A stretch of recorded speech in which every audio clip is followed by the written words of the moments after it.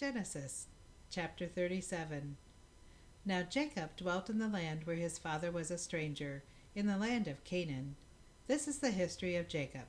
Joseph, being 17 years old, was feeding the flock with his brothers, and the lad was with the sons of Bilhah and the sons of Zilpah, his father's wives.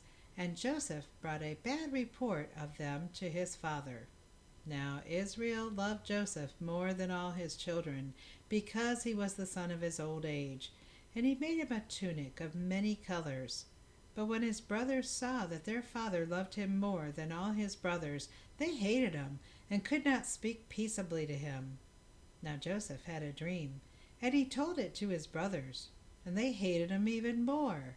So he said to them, "Please hear this dream which I have dreamed. There we were, binding sheaves in the field. Then behold, my sheaf arose and also stood upright.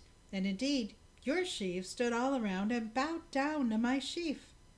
And his brothers said to him, "Shall you indeed reign over us? Or shall you indeed have dominion over us?" So they hated him even more for his dreams and for his words. Then he dreamed still another dream, and told it to his brothers, and said, "Look, I have dreamed another dream, and this time the sun, the moon, and the 11 stars bowed down to me."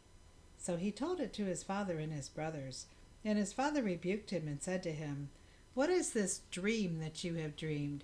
Shall your mother and I and your brothers indeed come to bow down to the earth before you?" And his brothers envied him, but his father kept the matter in mind. Then his brothers went to feed their father's flock in Shechem, and Israel said to Joseph, "Are not your brothers feeding the flock in Shechem? Come, I will send you to them." So he said to him, "Here I am." Then he said to him, "Please go and see if it is well with your brothers and well with the flocks, and bring back word to me." So he sent him out of the valley of Hebron, and he went to Shechem. Now a certain man found him, and there he was, wandering in the field. And the man asked him, saying, "What are you seeking?" So he said, "I am seeking my brothers.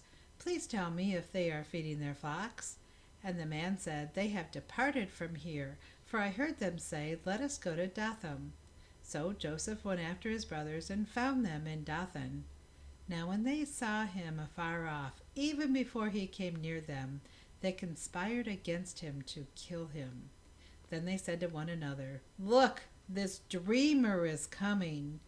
Come therefore, let us now kill him, and cast him into some pit, and we shall say, 'Some wild beast has devoured him.' We shall see what will become of his dreams." But Reuben heard it, and he delivered him out of their hands, and said, "Let us not kill him." And Reuben said to them, "Shed no blood, but cast him into this pit which is in the wilderness, and do not lay a hand on him. Then he might deliver him out of their hands, and bring him back to their father."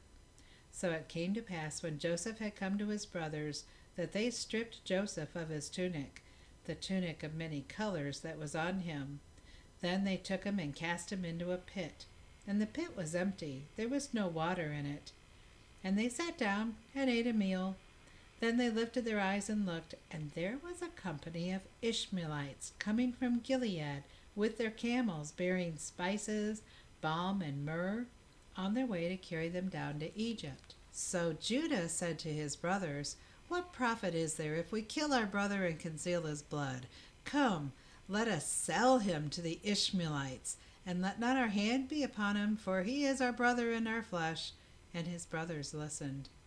Then Midianite traders passed by. So the brothers pulled Joseph up and lifted him out of the pit, and sold him to the Ishmaelites for 20 shekels of silver. And they took Joseph to Egypt. Then Reuben returned to the pit, and indeed Joseph was not in the pit. And he tore his clothes, and he returned to his brothers and said, "The lad is no more, and where shall I go?" So they took Joseph's tunic, killed a kid of the goats, and dipped the tunic in the blood.